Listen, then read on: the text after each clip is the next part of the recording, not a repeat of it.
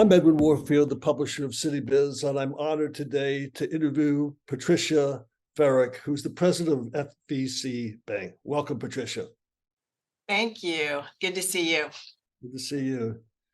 You have an impressive background. Give us a little background on some of the highlights of your career. Absolutely. Love to. It's really, thank you for having me here today. First, to start, I'm a Northern Virginia native. I grew up in Annandale, and my mom still lives in the same house that she and my dad raised my three brothers and my sister.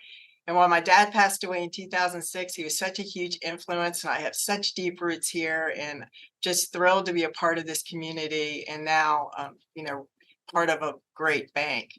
So I started my career, I went to a local high school, and then I went to Virginia Tech, and I graduated with an accounting major, and I took my CPA exam and went to work for a public accounting firm and was an auditor. And while I didn't love auditing, I did get to learn a lot about banking. And that's really what really started my passion for banking, and more specifically community banking. So I started out after about 4 years of doing that as a controller at a local community bank. And I just felt so at home, just having access to being able to work with different people as opposed to being on the outside looking in, working with all the different teams of the bank and seeing how everything pulls together, and how important good data management is, and to make good decisions. And so I eventually got an opportunity at another bank to be the CFO. And as you know, this is over a 15 or so year period where there's a lot of mergers and acquisitions, and I was able to really learn a lot through that process, and had an opportunity to be the controller of a publicly traded bank that was eventually sold. But during that time, I just got to really dig into the community banking world. And then after that bank was sold, I met David Piger, our CEO, and he offered me the opportunity to be the CFO of this de novo. And I'd never been a part of a de novo, and was so excited about being really part of something new and exciting. And there was such a great passion behind really working with the community and having this entrepreneurial spirit that David really carries with him. So I was hooked, I was in, and about 5 years ago, after about 10 years, David gave me the opportunity to be the president of the bank. And that wasn't even, I was thrilled, honored, and incredibly excited and ready to take on that challenge, because it gave me the opportunity to reach further out than being behind the scenes. I was able to work with the community more and meet more customers and work with our team to help us grow and be really the strongest community bank in the market. That's our goal. That's what's really important to us, to serve our community.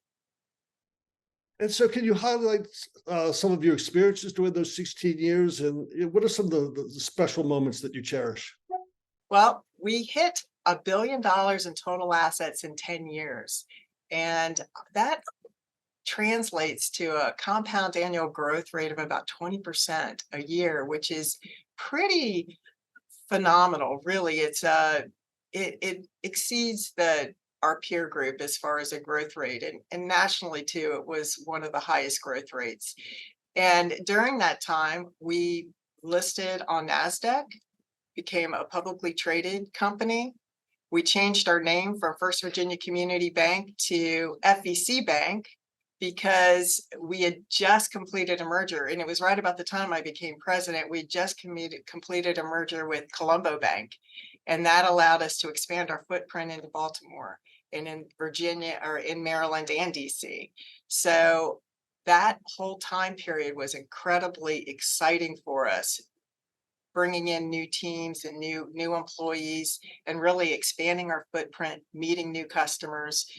Like I said, listing on NASDAQ, bringing in a new CFO, and really building our executive team and our entire team, and continuing that growth rate, and making sure that we were always building an infrastructure to have the products and services that cater to our commercial customers, whether it's small business or the larger businesses. And this growth also allowed us to venture into more middle market customers, larger customers, while still really staying true to the small business, which is incredibly important to us. That's how we grew, that's how we were built, and we're committed to that. So you've garnered a lot of recent press related to technology. So tell us about some of the new technology. What are the benefits that these new platforms are providing, and tell us about the staff that's involved in the implementation of that. Well, first and foremost, I think it's important to note that my background as a controller, it's all about data. It's all about understanding and really utilizing the many data points that we collect as a bank. And that has always been a challenge for banks to really get that data and have it at hand and be able to make quick decisions. So one of our first investments, large investments, was in a dashboard called Clarivis, and that gives every employee in our bank the ability to every day see their world, whether it's their customer base, activity of their customer base. We can look at changes in loans, changes in deposits, the impact of interest rates. We can look at high level data trends, financial trends to see if we're trending the way we expect and to be able to drill down. This information, it was important to me as a controller, but as the president, it is critical to be able to look at things quickly and talk to everybody, have everybody on the same page, and to be able to make decisions in this very challenging environment and always changing environment. So that's the backdrop. Just that investment tells a little bit about who we are, and it helps us tell our story. And the rest of our story is about technology and really using it to help drive our strategic plan of being a relationship-driven bank. So every decision we make is how can we do that better? So that comes down to the digital banking platform that we invested in the beginning of this year, and larger banks use the same platform. It's incredibly robust, and any customer can log in wherever they are, from their car, from their phone, from their desktop, wherever they wish, and take care of any level of banking transaction or business transaction they need. It's a full on cash management system that's both secure and incredibly flexible. And so that was a huge investment. And the other piece to that is if a customer needs to talk to somebody, they pick up the phone and they get a human, they get a person. Our team is incredibly committed to providing very high touch personalized service. That's who we are, that's who we've always been. But we know we need the technology to go along with that. So that's one example. Another example is what we call Lightning Lending, and it's an automated loan decisioning platform for small businesses. Doing a small business loan is incredibly challenging from managing the cost and making it efficient, because doing a $50,000 loan takes just as much behind the scenes work as a $2 million loan.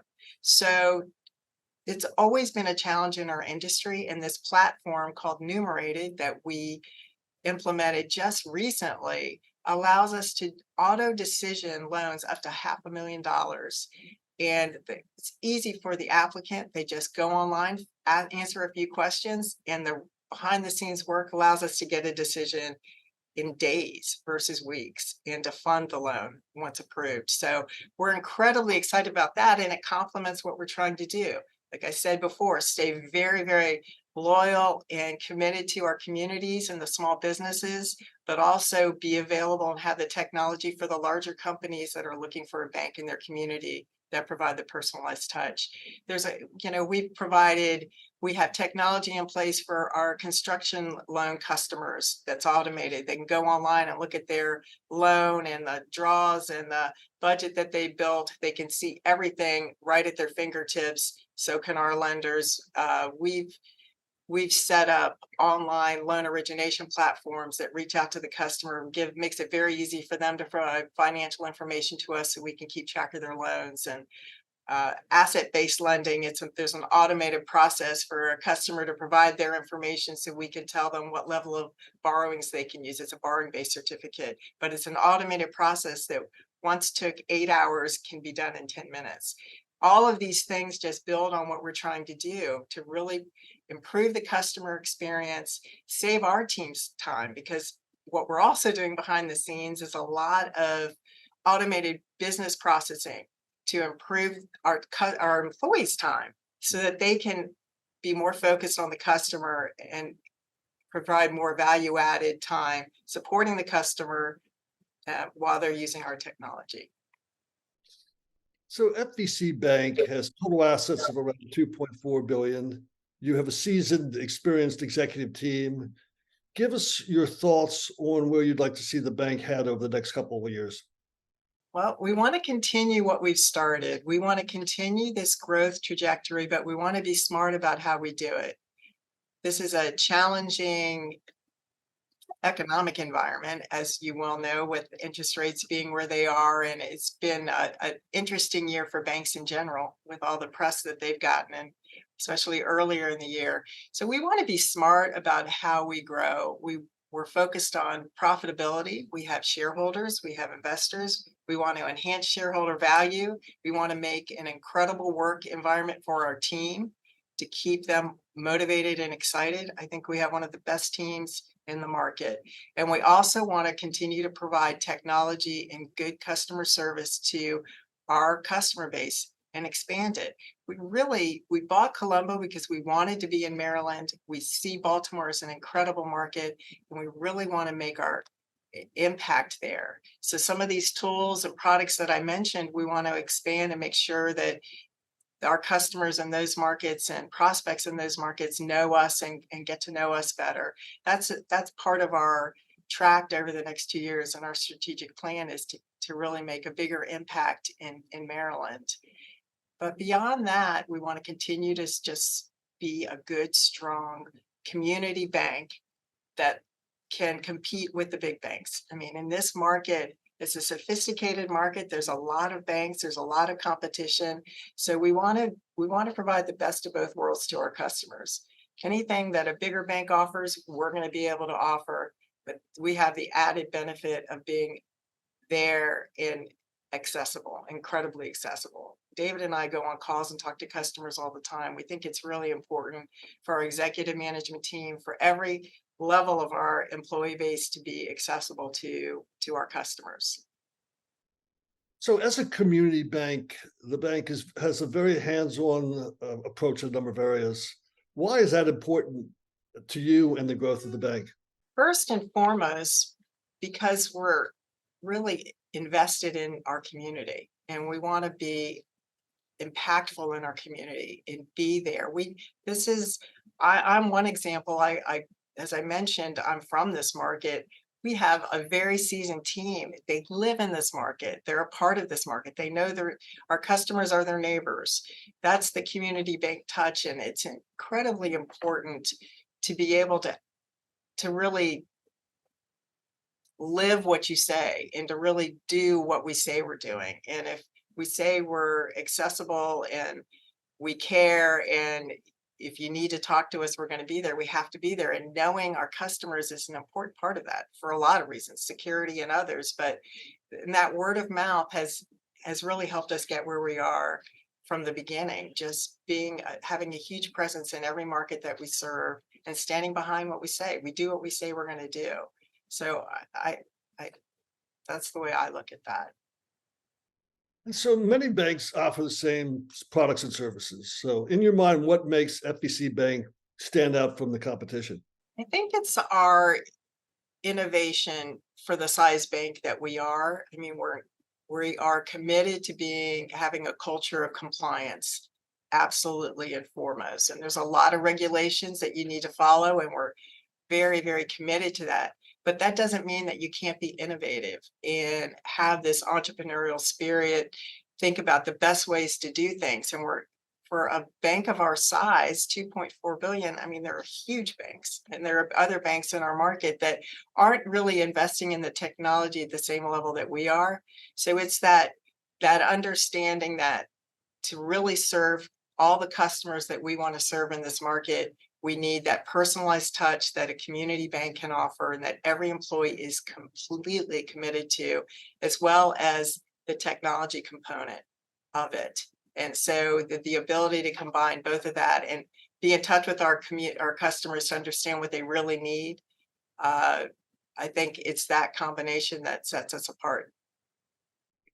Well, I want to thank you for your time. My relationship with the bank started with Colombo Bank. I'm a huge Ah, fan of Cesar Marisi, who's been with me oh, for 15 years, and he is really a testament to some of the things that you were talking about. no question about it.